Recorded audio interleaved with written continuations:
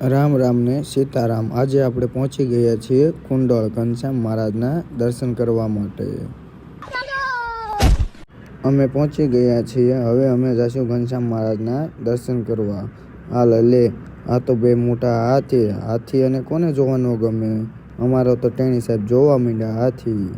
બસ હવે ઘનશ્યામ મહારાજના મંદિરમાં આવી ગયા છીએ અને જોવો અમે ઘનશ્યામ મહારાજના દર્શન કરીએ છીએ અને તમે પણ કરી લો। જો કેવી મસ્ત મજાની મૂર્તિ છે ઘનશ્યામ મહારાજની। અમે હવે દર્શન કરીને જઈશું બહાર અને આગળ જતા અમને દાદાએ આપી પ્રસાદી। જોવો કેવો મસ્ત મજાનો લાડુ છે। મેં પણ પ્રસાદી લેવાનું ના ભૂલતા।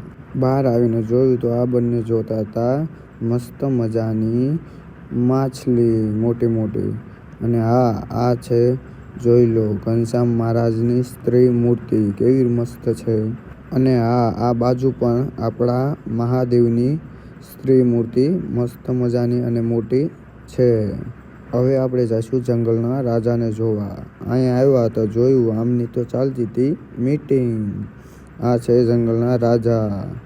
અમે વિચાર્યું કે હાલો અહીંયાથી નીકળો, આ તો છે રાજા, આપણને ફાડીને ખાઈ જાય, એટલે અમે પછી ભાગ્યા। તમે પણ આવજો કુંડળ, અહીંયા મસ્ત મજાનું પ્રદૂષણ જોવાનું છે નાના છોકરા માટે।